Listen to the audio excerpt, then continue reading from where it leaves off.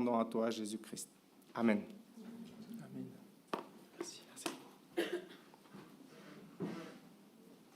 Bonjour à chacun. C'est hyper cool de pouvoir vous voir chacun.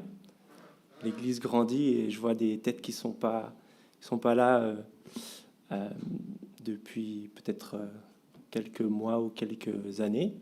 Donc ça fait plaisir de vous voir chacun. J'en profite pour vous saluer de la part de l'église Les Deux Rives à Toulouse, où je fais un stage depuis 6 mois maintenant. J'ai encore 1 an et demi de stage devant moi. J'apprends plein de choses, mais c'est pas juste aussi pour la connaissance. Dieu continue de me transformer, c'est super chouette. Je vous propose de regarder ensemble le psaume 38.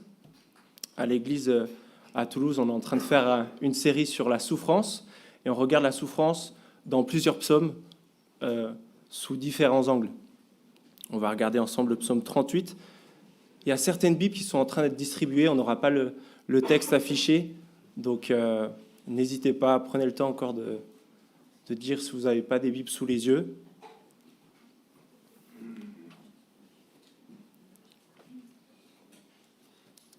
Les psaumes, c'est pile au milieu de la Bible. Si vous ouvrez au milieu, vous avez des grandes chances de tomber sur les psaumes. C'est la page 381 pour ceux qui ont les Bibles comme ça.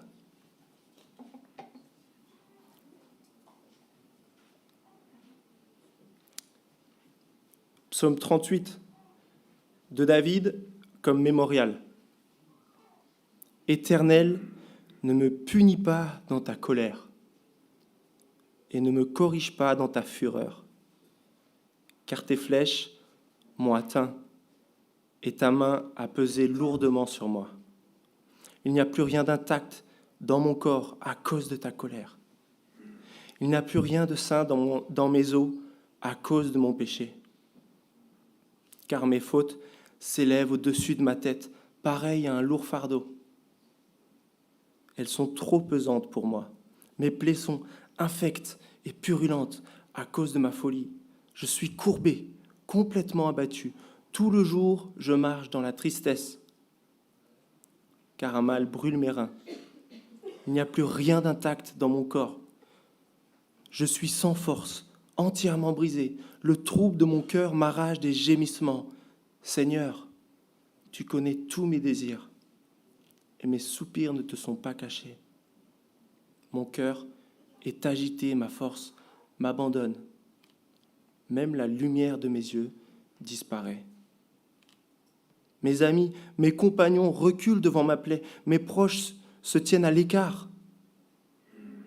Ceux qui en veulent à ma vie tendent leurs pièges. Ceux qui cherchent mon malheur disent des méchancetés et méditent toute la journée des tromperies. Mais moi, pareil à un sourd, je n'entends pas. Je suis comme un muet, je n'ouvre pas la bouche. Je suis pareil à un homme qui n'entend pas et qui n'oppose aucune réplique. Éternel, c'est en toi que j'espère, tu répondras. Seigneur mon Dieu, car j'ai dit, ne permets pas qu'il se réjouisse à mon sujet, qu'il s'attaque à moi quand mon pied trébuche. Je suis près de tomber et ma douleur est toujours présente. Oui, je reconnais ma faute, je suis dans la crainte à cause de mon péché.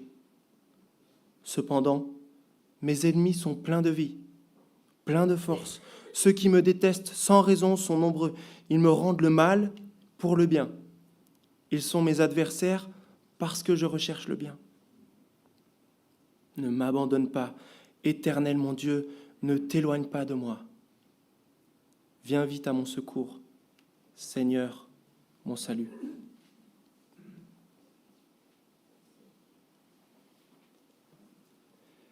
Qui a le droit d'appeler les ambulances ? Qui a le droit d'appeler le SAMU ? Est-ce qu'Arthur, il a le droit d'appeler le SAMU ?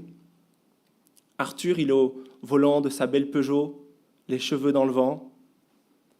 Il est sur une petite route de campagne, mais la chaussée est glissante. Et dans un virage, sa voiture fait un tête-à-queue, tape la barrière de sécurité et il dévale la forêt en contrebas, en faisant 3 tonneaux. Il a le droit d'appeler le SAMU, Arthur ? Ce que je ne vous ai pas dit, c'est que Arthur, il fonçait à 100 km/h dans ce virage, qu'il rentrait de soirée, qu'il avait 2 grammes par litre dans le sang, qu'il avait avec lui, sur les sièges passagers, ses 2 meilleurs amis, morts sur le coup. Alors, il a le droit d'appeler le SAMU, Arthur.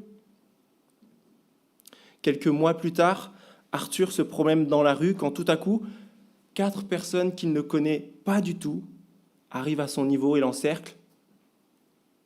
Un de ces gars pousse Arthur contre un mur et lui fait les poches. Arthur se dit « Ok, ça peut les faire partir, c'est que de l'argent. » Mais les gars n'en restent pas là. Ils le rouent de coups de poing, de coups de pied. Arthur est vraiment amoché. Est-ce qu'il a le droit d'appeler le SAMU, Arthur? Si dans cette histoire, le SAMU, c'est Dieu et qu'Arthur, c'est nous, ce matin, on verra ensemble que Dieu est notre seul secours dans ma souffrance méritée et Dieu est mon seul secours dans ma souffrance imméritée. Alors c'est parti, Dieu est mon secours dans ma souffrance méritée. C'est les versets 1 à 12. Vous avez vu ce qui fait souffrir l'auteur David dans ce texte? La colère de Dieu. C'est Dieu qui corrige dès le début du psaume, verset 2. Et cette colère, elle est justifiée en réaction à ce que David a fait. Verset 2, « Éternel, ne me punis pas dans ta colère, ne me corrige pas dans ta fureur. Car tes flèches m'ont atteint, ta main a pesé lourdement sur moi. Il n'y a plus rien d'intact dans mon corps à cause de ta colère. » Dieu, il sent, il voit les choses, même celles qui sont cachées. Et si nous, comme Dieu, on voyait tout le mal autour de nous, est-ce qu'on y serait indifférent, insensible? Notre péché, il est immonde et il déclenche la colère de Dieu parce qu'il est totalement pur, parfait, saint. Et ceux qui ne se confient pas en Dieu, ceux qui ne reconnaissent pas Dieu comme le sauveur de leur vie, ils ont comme constamment une épée de Damoclès au-dessus de leur tête. Mais Dieu peut aussi punir et corriger ceux qui lui appartiennent, ses enfants. Au verset 2, David il dit « Ne me punis pas, ne me corrige pas. » Mais c'est la pédagogie de Dieu. Dieu corrige ses enfants pour leur bien. La correction de Dieu, elle est bonne parce qu'elle prouve que Dieu le Père prend soin de ses enfants. Parce que ce ne sont pas des enfants illégitimes, mais que ce sont des enfants légitimes. Étonnamment, le Seigneur châtie ceux qu'il aime. Et même si c'est pour son bien, la colère de Dieu envers David lui fait mal. Regardez, verset 3, « Tes flèches m'ont atteint, ta main a pesé lourdement sur moi. Il n'y a plus rien d'intact dans mon corps à cause de ta colère. » Et si un grand roi comme David, qui a écrit ce psaume-là, et qui n'a pas été épargné par la colère de Dieu, nous aussi, on ne doit pas se sentir étranger à ce que Dieu nous punisse, ce que Dieu nous frappe, mais on peut être reconnaissant. Parce que Dieu restreint, limite sa colère envers nous. Parce qu'on mérite tous d'être frappés comme David. Regardez au verset 2, c'est le premier mot de ce psaume, « Éternel ». Chose incroyable, le Dieu qu'on a offensé, c'est vers lui qu'on peut se tourner. Et si notre premier réflexe, au lieu de nous tourner premièrement vers notre premier ami, vers notre conjoint, conjointe, de faire un vocal WhatsApp, d'aller se plaindre à l'un ou à l'autre. Et si, premièrement, on allait se tourner vers Dieu pour lui dire combien on est affecté, combien on a mal. Moi, l'offenseur, j'ai causé la colère de Dieu qui est offensé, et je peux me tourner vers lui, même dans ma souffrance méritée, pour qu'il ne me punisse pas davantage dans sa colère. Et on voit dans la suite du psaume, regardez avec moi, versets 4 à 6, qu'est-ce qui a déclenché la colère de Dieu ? C'est le péché de David. On ne sait pas vraiment ce qu'il a fait, David, et tant mieux, comme ça on peut s'identifier à lui durant tout le psaume. Mais regardez, deuxième partie du verset 4, « Il n'y a plus rien de sain dans mes os à cause de mon péché, car mes fautes s'élèvent au-dessus de ma tête. Pareil à un lourd fardeau, elles sont trop pesantes pour moi. Mes plaies sont infectes et purulentes à cause de ma folie. » Et ça crée deux difficultés pour David, un mal intérieur et un mal extérieur. Regardons le mal intérieur, versets 7 à 11. « Je suis courbé, complètement abattu. Tout le jour, je marche dans la tristesse, car un mal brûle mes reins. Il n'y a plus rien d'intact dans mon corps. Je suis sans force, entièrement brisé.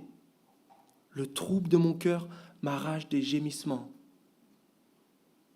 Seigneur, tu connais tous mes désirs et mes soupirs ne te sont pas cachés. Mon cœur est agité, ma force m'abandonne. Même la lumière de mes yeux disparaît. » Ici, pour se faire comprendre, pour que les lecteurs de David puissent vraiment comprendre la douleur intérieure de David, David, il image tout ça. Et dans le milieu artistique de nos jours, c'est courant de rendre palpable notre douleur intérieure. Par exemple, dans la chanson de Lara Fabian et de Serge Lama, « Je suis malade », je cite, « Je n'ai plus envie de vivre ma vie cesse quand tu pars, je verse mon sang, je suis comme un oiseau mort, cet amour me tue, j'ai le cœur complètement malade, cerné de barricades. » Et on l'a tous vécu, on l'a tous ressenti, ce mal-être spirituel et moral au plus profond de notre corps, où on est bloqué jusque dans la nuque. David, il est complètement HS. Il est complètement coupable, affaibli, et il exprime sa douleur à l'offensé, Dieu. Il parle de son mal à l'offensé. Et nous,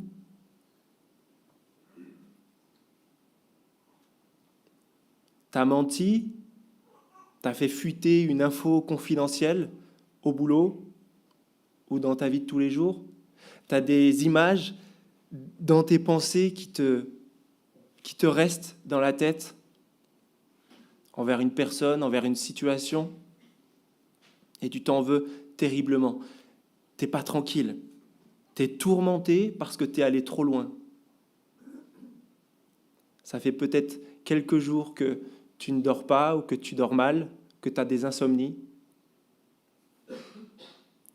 Et ton souci là te préoccupe.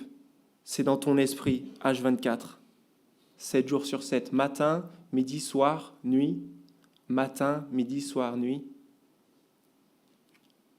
Ce mal te ronge continuellement.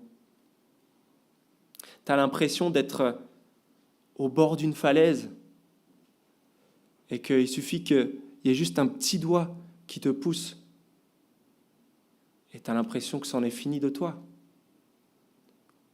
C'est ce qu'il dit en fait, David.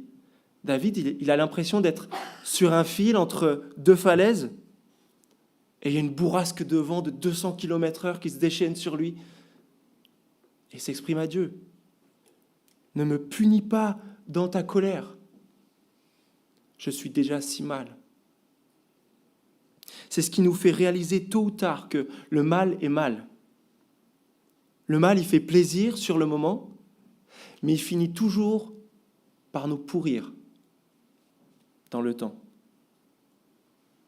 Et s'il n'y avait pas de conséquences à notre péché, peut-être qu'on pécherait davantage. Et si grâce à ce mal, cette correction, on se rendait davantage compte que le péché, notre péché, est grave aux yeux de Dieu. Et en fait, il y aurait deux mauvaises manières de gérer notre culpabilité. Soit je me sens tellement pas coupable et j'ai pas besoin de me tourner vers Dieu, soit je me sens tellement coupable que je peux pas me tourner vers Dieu. Soit je me sens jamais coupable, c'est la faute des autres. Tu sais, c'est mon collègue, mais de toute façon, c'est toujours le même. Je ne mérite pas de souffrir, c'est pas ma faute. Et il y a même certains psychologues de méthodes de développement personnel qui aujourd'hui te diraient, mais t'inquiète, c'est pas toi le problème. C'est à cause de ton conjoint, de ta conjointe, de ton collègue, t'as rien à te reprocher. Et ce genre de personnes, si elles avaient les images d'une caméra de vidéosurveillance qui les filmait en train de commettre quelconque péché, elles seraient capables de nier que ce sont ces personnes, que ce sont ces personnes sur ces images.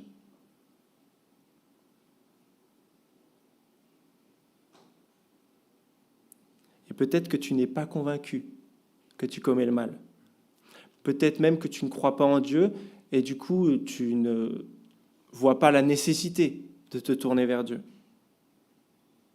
Mais même si on te mettait sur une île déserte, tu serais capable de pécher, comme dans ce film de Seul au monde avec Tom Hanks, vous savez, qui pique une grosse colère et qui s'en prend à son ballon de volley, Wilson.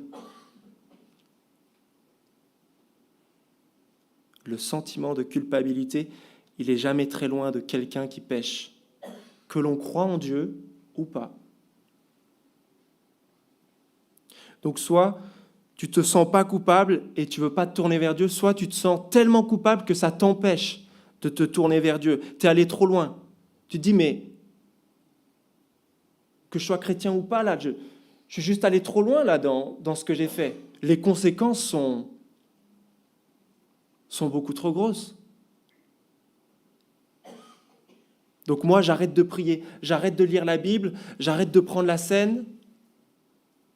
Ce que j'ai fait, c'est impardonnable. L'accès à Dieu, il est fermé, il est bloqué.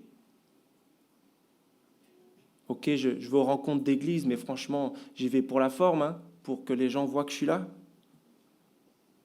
Ou alors, allez, je ne me tourne pas vers Dieu, mais j'essaie de faire une bonne semaine. Une bonne semaine sans péché. J'essaie d'être carré. J'essaie de laisser le temps passer. Peut-être que Dieu se rapprochera de moi. Mais en fait, en ne voulant pas nous rapprocher de Dieu, on se tire une balle dans le pied, on s'auto-sabote. Je ne peux pas appeler le SAMU comme Arthur le pensait peut-être. Arthur, il pensait que voilà, ses deux meilleurs amis morts sur le coup à cause de lui, ça faisait qu'il ne pouvait pas rappeler le SAMU. Et peut-être c'est ce que tu penses. Mais Dieu n'est pas insensible à ta souffrance. Regardez verset 10. Seigneur, tu connais mes désirs et mes soupirs ne te sont pas cachés. Et plutôt que de rester dans l'hypo-culpabilité ou dans l'hyper-culpabilité, questionnons-nous, réfléchissons. Quand on souffre, il faut s'interroger. Il est possible que l'on soit coupable. Ça peut arriver qu'il y ait un lien divin entre ma souffrance et le péché que j'ai commis. Et c'est même sûr. Parce que nos pensées mauvaises, nos actions ont forcément des conséquences. négatives. Donc au jour du malheur, questionnons-nous. Questionnons-nous sur notre culpabilité et tournons-nous vers Dieu qui est notre seul secours. Et après ce mal intérieur qui est produit par la colère de Dieu, regardons au mal extérieur qui est produit, c'est le verset 12. Regardez, mes amis, mes compagnons reculent devant ma plaie, mes proches se tiennent à l'écart. Je ne sais pas pour toi c'est quoi un ami. J'imagine que tu ne veux pas d'un ami qui te brosse dans le sens du poil, qui te dise « mais t'as bien fait » alors qu'on a foiré complètement. Mais peut-être face à notre ami qui a foiré, il y aurait 2 bonnes réactions qu'on pourrait avoir. Ça peut être l'éloignement ou la compassion. L'éloignement, parfois, il faut savoir se désolidariser des personnes qui s'enfoncent, qui s'entêtent dans leur péché, pour qu'ils puissent comprendre combien leur péché est grave.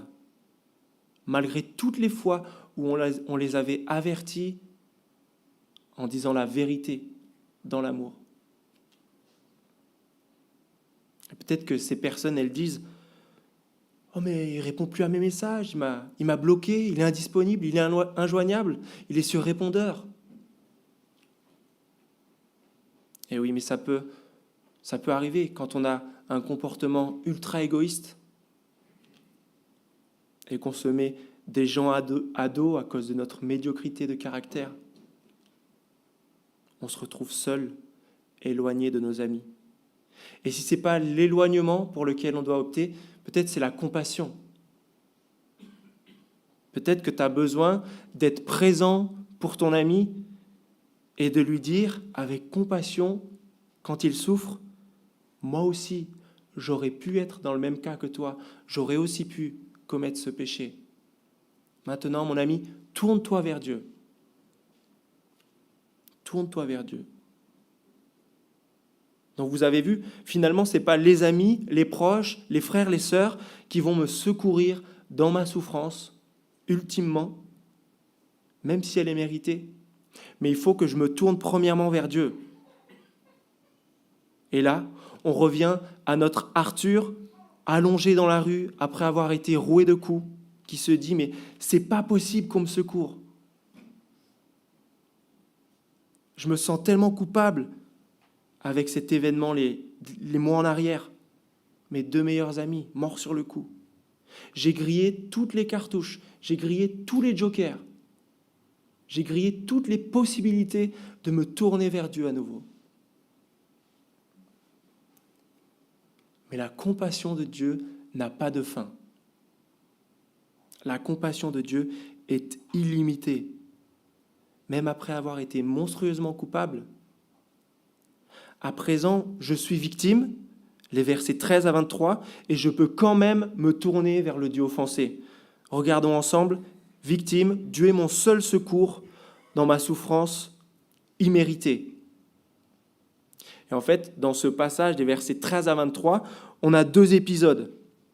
Et le premier épisode, les versets 13 à 19, ceux qui en veulent à ma vie tendent leur piège. Ceux qui cherchent mon malheur disent des méchancetés, méditent toute la journée des tromperies. Alors que les amis de David s'éloignent et que la solitude lui tend les bras, le danger s'approche avec les ennemis qui doivent se dire « c'est la bonne occasion. C'est la bonne occasion pour achever cette personne, pour la faire tomber. » Encore un coup, et on l'attend au tournant. Je ne sais pas, pour vous, c'est quoi des ennemis? Peut-être que c'est des collègues de travail. Peut-être même qu'en ce moment, c'est quelqu'un de ta famille, quelqu'un de très proche. On dirait qu'ils veulent te faire payer quelque chose. Tu as l'impression que tu es le bouc émissaire, tu as l'impression d'être une proie facile. Mais en fait, tu n'as rien fait. Contrairement à la première partie où on est complètement coupable, là, je suis victime, en fait. Vous avez vu? Ils sont méchants, mensongers. Ils disent des tromperies, me tentent des pièges, me menacent. Ils me le font comprendre, hein? C'est pas juste en coulisses ou quand je suis pas là à la machine à café, ça peut être aussi devant moi. Ils me cherchent à me faire une sale réputation. Ils cherchent mon malheur. Ils utilisent toutes les histoires les plus fausses du monde contre moi toute la journée. Moi, je fais simplement mon travail. Je suis juste là, quoi. Je continue à collaborer avec eux, mais j'ai l'impression qu'ils veulent me faire subir la dernière faute que j'ai commise, alors que ça ne les concernait pas du tout. Et moi, est-ce que je suis de ceux qui colportent des rumeurs, des semi-vérités? Est-ce que je suis de ceux qui disent des informations non vérifiées? Au boulot, ici à l'église, alors que les personnes, elles n'ont rien fait de particulier? Est-ce qu'on profite de certaines situations pour pousser gentiment, doucement, les personnes qui nous entourent vers le bas? Est-ce que je suis content que ce gars, il ait fait juste un petit truc anodin pour lui tomber dessus? Ou pour dire à mon ami, t'as vu ce qu'il a fait? Ou dire, mais celle-là, elle va vraiment pas bien, hein? Et en fait, on grossit le truc. On grossit la chose pour l'enfoncer. Et vous avez vu, versets 14 et 15, dans cet épisode de grande injustice, qu'est-ce que fait David? Verset 14, « Mais moi, pareil à un sourd, je n'entends pas, je suis comme un muet, je n'ouvre pas la bouche. Je suis pareil à un homme qui n'entend pas et qui n'oppose aucune réplique. » Et on a envie de dire à David, « David, c'est pas le moment de jouer au sourd-muet. Riposte, réagis. Explique-leur 2 minutes, retrousse tes manches, appelle 2-3 de tes amis, plutôt que d'être inactif. Défends-toi. Montre de quel bois tu te chauffes. Ou à la limite, si tu veux jouer au pacifiste, change de boîte, d'entreprise, change de quartier, de voisinage, change d'église. » David, il fait rien de tout ça. Il choisit de jouer au muet, de se taire, de ne pas répondre aux ennemis. Et il choisit de jouer au sourd, de ne pas écouter ce que disent ses opposants. Et comme David, quand on a l'impression d'être juste un sac de frappe, un punching ball, une pauvre victime, il ne faut pas juste en rester là, pas juste jouer au sourd-muet, il faut qu'on s'attende à Dieu. Regardez versets 16 à 19, c'est la fin de ce premier épisode. David, il dit, « Éternel, c'est en toi que j'espère, tu répondras, Seigneur mon Dieu. Car j'ai dit, ne permets pas qu'il se réjouisse à mon sujet, qu'il s'attaque à moi quand mon pied trébuche. Je suis près de tomber, ma douleur est toujours présente. Oui, je reconnais ma faute, je suis dans la crainte à cause de mon péché. » David qui joue au muet, il s'attend que Dieu réponde à ses ennemis, à sa place. Ce n'est pas David qui va répondre, mais David il dit, « Tu répondras, Seigneur mon Dieu. » Au milieu de mon injustice, c'est possible que je me tourne vers Dieu pour qu'il réponde à mes ennemis. Je n'ai pas besoin de me venger, car c'est Dieu qui va se venger lui-même. C'est Dieu qui va répondre. Comme il est écrit en Romains chapitre 12, verset 19, c'est Dieu qui va donner à chacun ce qu'il mérite. Les embrouilles vont être traitées par Dieu. Les méchants, mes ennemis, auront un jour affaire à Dieu. Je lui laisse gérer mes ennuis, je lui fais confiance, dossier archivé. Autre attente de David, après qu'il s'attende à la réponse de Dieu, il s'attend au pardon de Dieu. David, verset 19, vous avez vu, il a reconnu sa faute, il est dans la crainte à cause de son péché. Au milieu de sa situation injuste, David, il semble dire à Dieu, mais Éternel, au cas où que tu ne l'aurais pas vu, c'est pas normal ce qui m'arrive. Je t'ai déjà confessé mon péché. Ce qui m'arrive, c'est pas normal, c'est injuste, c'est immérité. Mais alors que c'est des fois tentant de penser le contraire, Dieu sait ce qu'il fait. Il n'a pas de retard. Il ne comprend pas mal les choses. Et des fois, on est un peu comme ces joueurs de foot autour d'un arbitre à revendiquer les moindres fautes non sifflées. Mais Dieu, ce n'est pas un arbitre comme un autre. C'est un arbitre auquel absolument rien ne lui échappe. Il ne laissera pas passer l'injustice plus longtemps. Un jour, il interviendra. Victime de ma souffrance, c'est vers Dieu que je me tourne, lui qui est mon seul secours. Et après ce premier épisode de souffrance injuste, regardez le deuxième épisode de souffrance injuste, versets 20 à 23. Cependant, mes ennemis sont pleins de vie, pleins de force. Ceux qui me détestent sans raison sont nombreux. Ils me rendent le mal pour le bien. Ils sont mes adversaires parce que je recherche le bien.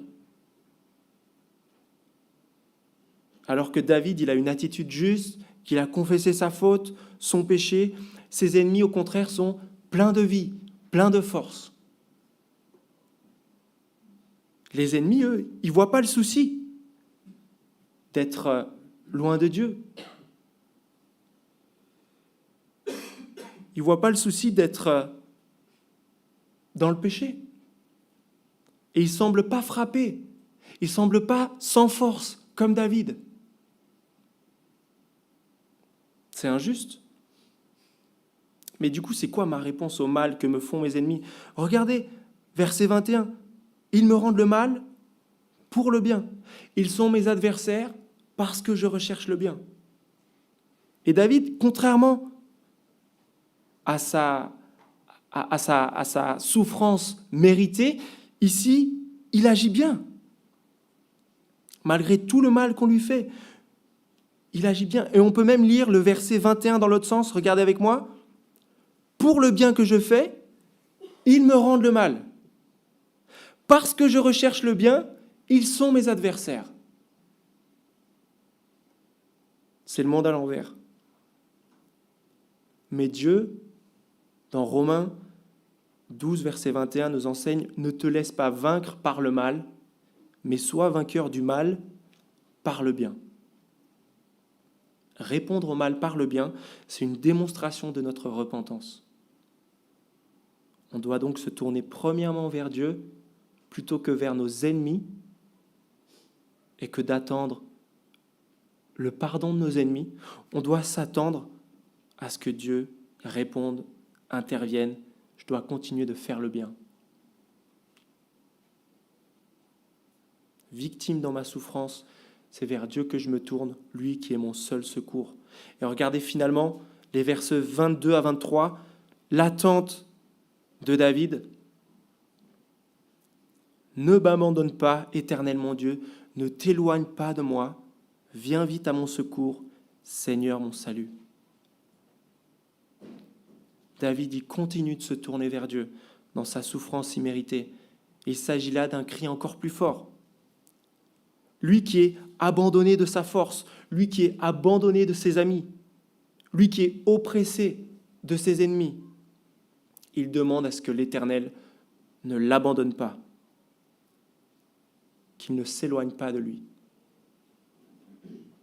L'Éternel, c'est sa seule option, c'est son seul secours possible vers lequel il peut se tourner. Si on reprend le début du psaume, c'est comme si David, il est en pleine noyade. La main pesante de Dieu est sur lui, ça ne l'aide pas à sortir à la surface. Il a la main de ses amis qui s'éloignent. Il a la main de ses ennemis qui veulent pousser vers le bas, vers le fond, qui lui veulent du mal. Et c'est fou, cette main-là qui le poussait vers le fond au début, c'est cette main-là qu'il a envie de saisir. C'est cette main-là qui peut le secourir, qui peut répondre à son appel. Verset 22, « Éternel, mon Dieu ».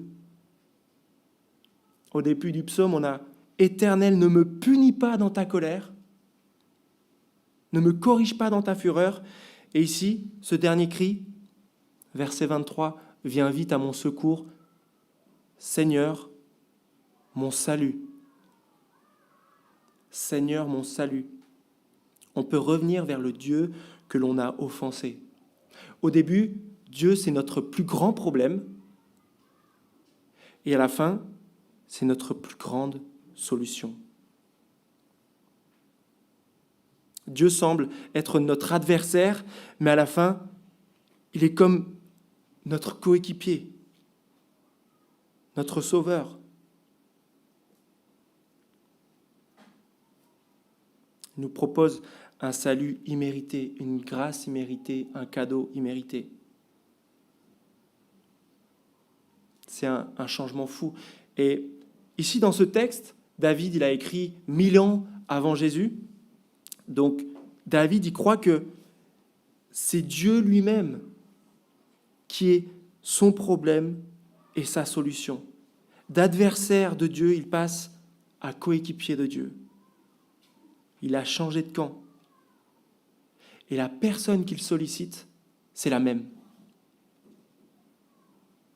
Et nous qui vivons après Jésus-Christ, on est au bénéfice de Jésus, qui est la résolution de ce problème à la croix. Jésus, il ne souffre pas à cause de ses fautes, mais il souffre à cause des miennes. Jésus, il a fait face à la colère de Dieu, à la fureur de Dieu.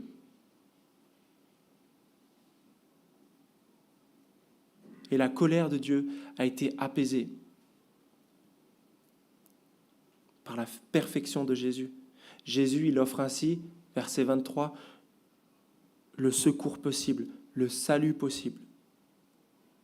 Et là même, quand on est victime du péché des autres, c'est vers le Dieu que l'on a offensé que l'on peut se tourner. On peut lui dire « Seigneur, mon secours, mon salut ». On peut appeler le SAMU. On peut rappeler Dieu alors que l'on se trouve dans une situation de souffrance imméritée. Je vous propose, pour finir, de faire silence, de réfléchir quelques instants, chacun personnellement, et de pouvoir vous tourner vers Dieu. Ça peut être une souffrance méritée par laquelle tu passes. Tourne-toi vers Dieu. Demande-lui sincèrement pardon pour qu'il intervienne. Ça peut être une souffrance imméritée par laquelle tu passes. Tourne-toi vers Dieu. Demande-lui qu'il intervienne, qu'il réponde à ta place. Continue de faire le bien. Demande-lui la force de faire le bien. Et si tu vis ces 2 épisodes de souffrance, tourne-toi vers Dieu pour ces deux raisons. Faisons silence quelques instants et puis je prierai pour conclure.